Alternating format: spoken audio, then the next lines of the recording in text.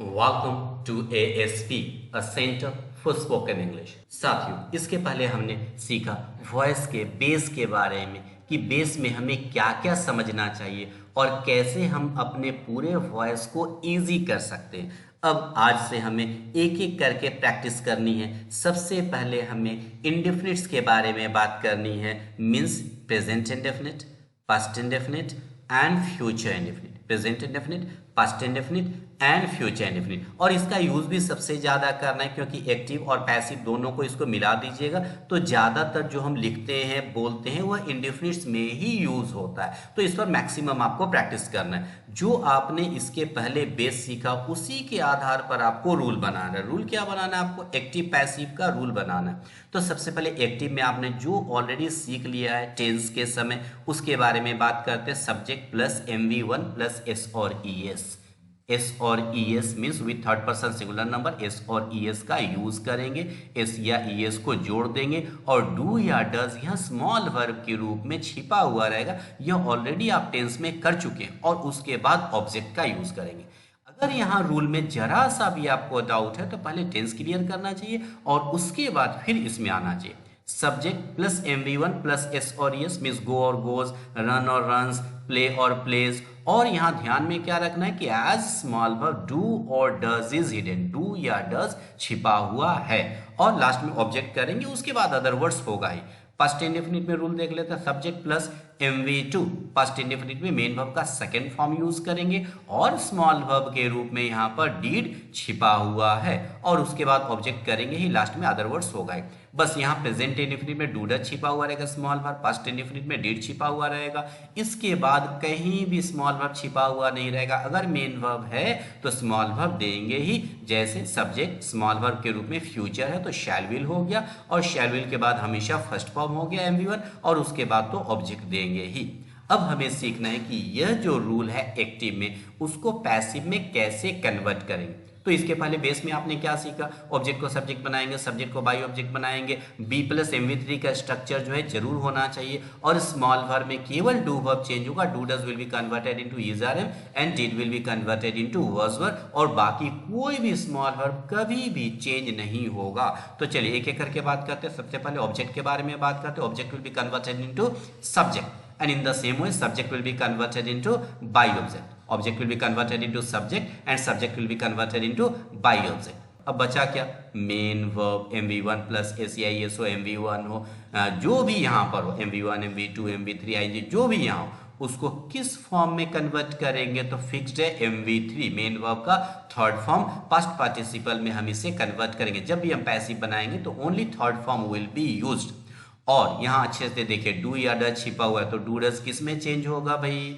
Do does will be converted into is are am. Do does will be converted into is are am. अब आपको सोचना है कि is are M plus MV3, तो is are am क्या be verb है? क्योंकि passive के लिए क्या स्ट्रक्चर जरूरी है? Be plus MV3 must be there, be plus MV3। तो क्या is are am be verb है? तो yes, is are am was verb be verb होता है। तो is are am be verb है और MV3 हो गया, मीन्स बी प्लस MV3 का स्ट्रक्चर हमारा बैठ गया, तो यह पैसिव वॉइस हो गया। चलिए एक एग्जाम्पल के जरिए देखने की कोशिश करते हैं। ही प्लेज फुटबॉल, वह फुटबॉल खेलता है। He plays football. Football is played by him. Football object है जो सब्जेक्ट बन गया। फुटबॉल, फुटबॉल के साथ इज हो गया और MV3 प्लेड हो गया, और ही जो है वह बाय ऑब्जेक्ट में चला गया, bye him. Football is played by him. He plays football, वह फुटबॉल खेलता है। Football is played by him, football उसके द्वारा खेला जाता है। मीनिंग भी जरूर अपने लैंग्वेज में, हिंदी बांग्ला उर्दू जो भी अपने लैंग्वेज में मीनिंग को जरूर समझने की कोशिश करें। ही प्लेज फुटबॉल, वह फुटबॉल खेलता है। Football is played by him, football उसके द्वारा खेला जाता है। चलिए नेक्स्ट में जाते हैं, पास्ट इंडेफिनिट में जाते हैं। So object will be converted into subject. हर जगह रूल सेम है, सिस्टम सेम है, बस एक जगह अच्छे से समझ लीजिए, आपका हर चीज इजी हो जाएगा। इंग्लिश इज वेरी इजी, ये बहुत इजी है अगर हम सिस्टमेटिक वे में इसको सीखें। Now subject will be converted into by object. Object will be converted into subject and subject will be converted into by object. Object will be converted into subject, subject will be converted into by object, ये fixed है। और main verb का कौन सा form देंगे? Fixed है, MV3, हर जगह past participle का यूज होगा, MV3 का यूज होगा। अब यहाँ पर स्मॉल वर्ब में क्या है भाई? डिड छिपा हुआ है, did. So did will be converted into, किसमें कन्वर्ट होगा? Yes, did will be converted into was were. Do does will be converted into is are am, present indefinite में हमने देखा। और यहाँ पर past indefinite में did will be converted into was were। और अब मिलाना हमें, क्या was were be verb है? तो हाँ भाई, is are am was were यह be verb है, तो was were be verb हो गया, प्लस MV3 हो गया, मीन्स be प्लस MV3 का स्ट्रक्चर तैयार हो गया, मीन्स यह पैसिव हो गया। चलिए एक एग्जाम्पल फिर देखते हैं। ही प्लेड फुटबॉल, उसने फुटबॉल खेला। He played football, football object है वह पहले आ गया, ही सब्जेक्ट है जो वह बाई ऑब्जेक्ट में चला जाएगा। Football was played by him, football उसके द्वारा खेला गया। ही प्लेड फुटबॉल, उसने फुटबॉल खेला। Football was played by him, football उसके द्वारा खेला गया। इसके बाद आप जितना भी टेंस में जाएंगे केवल डू वर्ब चेंज होता है, do does into is are am, did into was were. इसके बाद जितना भी टेंस में जाएंगे जो स्मॉल वर्ब है वह आपको सेम लिखना है, क्योंकि और कहीं पर भी स्मॉल वर्ब चेंज नहीं होता।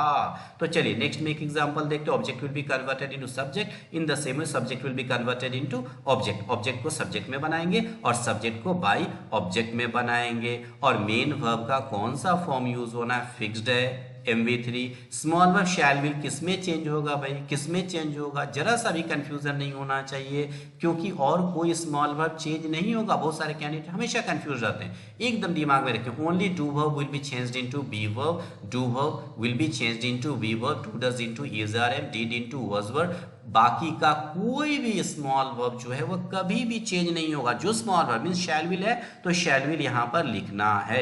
अब आपको कैलकुलेट करना है, क्या शैल विल बी वर्ब है? लॉजिकली सोचना है, रटना नहीं है, लॉजिकली सोचना है। क्या स्मॉल वर्ब जो है शैल विल वह बी वर्ब है? नहीं, यह मॉडल्स है और बी प्लस MV3 के बिना पैसिव नहीं हो सकता, तो MV3 के पहले एक बी वर्ब देना होगा। तो अब बी, बीन या बीइंग क्या यूज करेंगे? अच्छे से समझिए, be first form, been third form या बीइंग ING फॉर्म, क्या यूज करेंगे? तो सिस्टम के हिसाब से जो 4 लाइन स्ट्रक्चर मैंने इसके पहले दिया है, शैल विल मींस मॉडल्स, और मॉडल्स के बाद MV2 MV3 ING कभी यूज नहीं हो सकता, हमेशा फर्स्ट फॉर्म। तो अगर बी बीन बीइंग देना है तो इसका भी फर्स्ट फॉर्म ही देना होगा, मींस बी का यूज करेंगे। Shall will plus be plus MV3, plus MV3। अच्छे से देखिए, बी प्लस MV3 यहां हो गया तो यह पैसिव हो गया। आपको यही मिलाना है, be plus MV3 must be there to make a passive voice. और एक एग्जांपल देख ले रहे, he will play football, he will play football. Football object है, पहले आ गया। Football will be played by him, football उसके द्वारा खेला जाएगा। Football will be played by him, football उसके द्वारा खेला जाएगा। इस तरीके से बहुत सारा आप एग्जांपल्स लिखिए और आराम से समझ करके आप पैसिव में तीनों इंडेफिनिट्स का पैसिव एक बार में आपका क्लियर हो गया। इसके बाद हम तुरंत पैसिव को कंप्लीट कर लेंगे, लेकिन इसके पहले का जो हमारा क्लास था वह आपके दिमाग में होना चाहिए। एक्टिव पैसिव को किस बेस पर हम चेंज करते हैं, क्या क्या मेन चीजें हैं, वह आपके दिमाग में जरूर रहना चाहिए और उसके बाद रूल्स को आप खुद बनाएंगे। तो चलिए इसके बाद हम कंटिन्यूअस के बारे में बात करेंगे और तब कंटिन्यूअस के बारे में हम पूरी बात करेंगे। पहले इसको आप प्रैक्टिस करें, पहले इसके ऊपर आप कमांड करें, बहुत सारे एग्जांपल्स को लें और उसको आप पैसिव में कन्वर्ट करें, पैसिव से एक्टिव में कन्वर्ट करें और इसके ऊपर कमांड करें। Thank you, thank you, thank you very much.